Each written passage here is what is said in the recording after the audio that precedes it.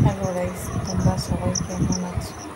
আশা করি ভালো আছো। দেখো আমি সকাল সকাল প্রচুর ঘাস হয়েছে, সব ঘাসগুলো পরিষ্কার করলাম। তারপর স্নান সেরে আলু ভাজলাম সকালে টিফিনের জন্য। তারপর টিফিনে রান্নার জন্য মাছটা ভাজা হলো। ভাজা করে মাছ ভাজা হচ্ছে, মাছের ঝোল হবে। তারপর ঢ্যাঁড়স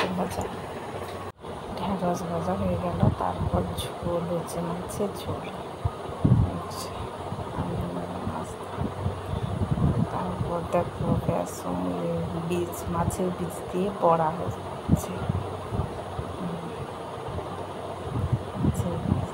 তারপর দেখো ডিম ভাজা হচ্ছে।